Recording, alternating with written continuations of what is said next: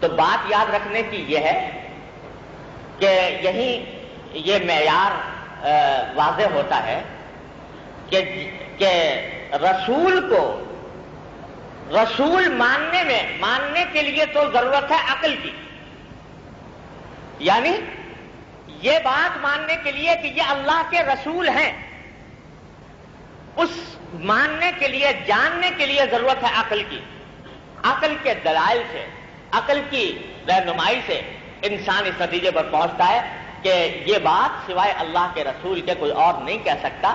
یہ جو بات کہہ رہے ہیں وہ اللہ کے رسول اور پیغمبر ہونے کی حیثیت سے کہہ رہے ہیں، تو ان کو رسول ماننا، رسول جاننا، رسول پہچاننا، یہ کام ہے عقلی دلائل کا۔ لیکن جب عقل نے اس نتیجے تک پہنچا دیا کہ یہ اللہ کے رسول ہے، اور اس نتیجے تک پہنچا دیا کہ یہ ایک عملی پیکر ہے اللہ کی ہدایات کا، اللہ کی تعلیمات کا، تو اس کے بعد پھر عقل کا معاملہ ختم ہو جاتا ہے۔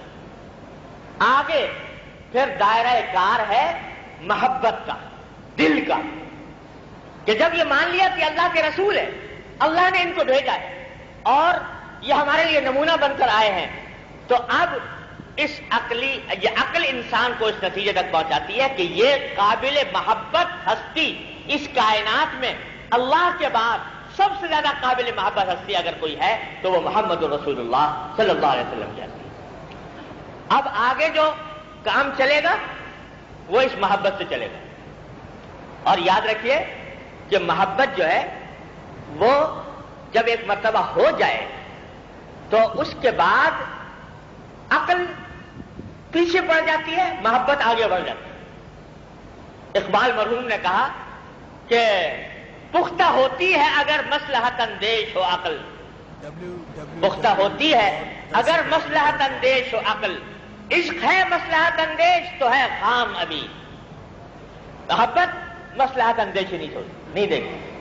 محبت کا کام یہ ہے کہ میرے محبوب نے یہ حکم دیا ہے، مجھے یہ کرنا ہے، میرے محبوب نے یہ نمونہ بنایا ہے، مجھے اس کی اتباع کرنی ہے۔ وہ یہ نہیں سوچتی کہ اس میں فائدہ کیا ہے، وہ یہ نہیں سوچتی کہ اس میں حکمت اور مصلحت کیا ہے۔ محبت کا کام نقل اتارنا ہے، محبت کا کام اتباع کرنا ہے، محبت کا کام اس شخص کی جس سے محبت کی جا رہی ہے اس کے ہر نقل و فعل، اس کے ہر قول و فعل کی پیروی۔ وہ مصلحت اور حکمت تلاش نہیں کرتا۔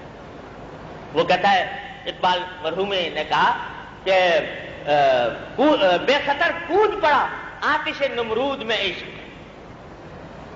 بے خطر کود پڑا آتش نمرود میں عشق، عقل ہے محو تماشائے لبے بام ابھی۔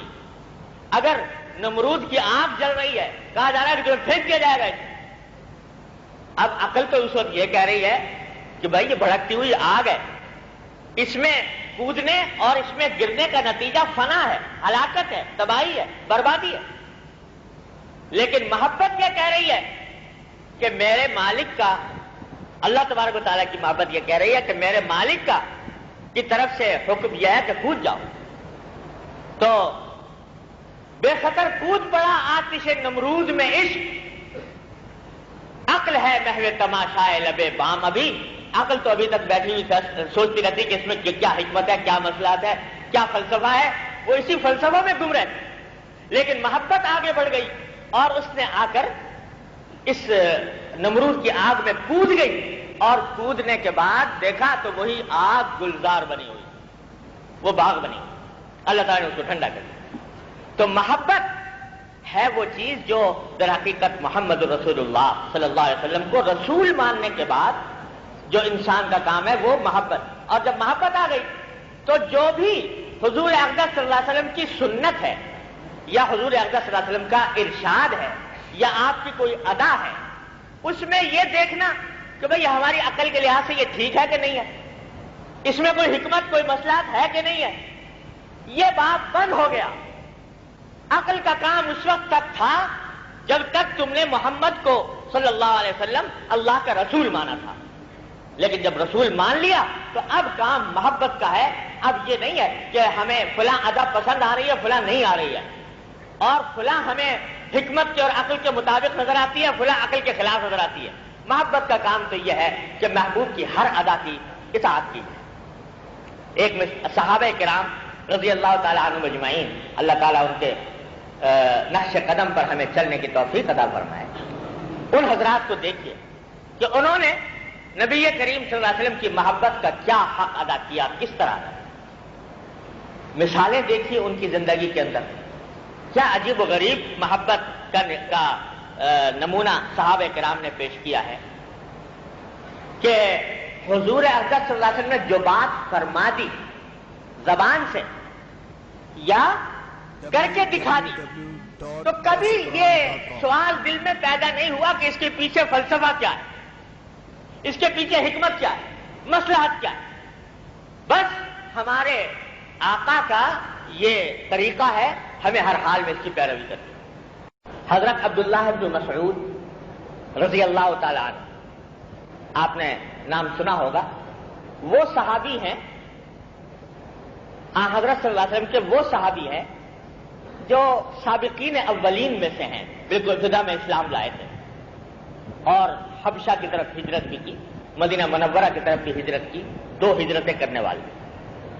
اور وہ صحابی ہیں جن کے بارے میں بعد کے تمام علماء اس بات پر متفق ہیں کہ یہ افقہ الصحابہ ہیں، یعنی تمام صحابہ کرام میں سب سے زیادہ فقیہ. فقہ آپ حضرات جانتے ہوں گے کہ فقہ کے معنی ہوتے ہیں قرآن و سنت سے شرعی احکام کا استنباط اور اجتہاد، جو عقل چاہتا ہے، سمجھ چاہتا ہے، غور و فکر چاہتا ہے، ذہانت چاہتا ہے. تو سارے صحابہ کرام میں سب سے بڑے فقیہ کہلاتے ہیں عبداللہ بن مسعود رضی اللہ تعالیٰ. ان کا ایک واقعہ سن لیجیے.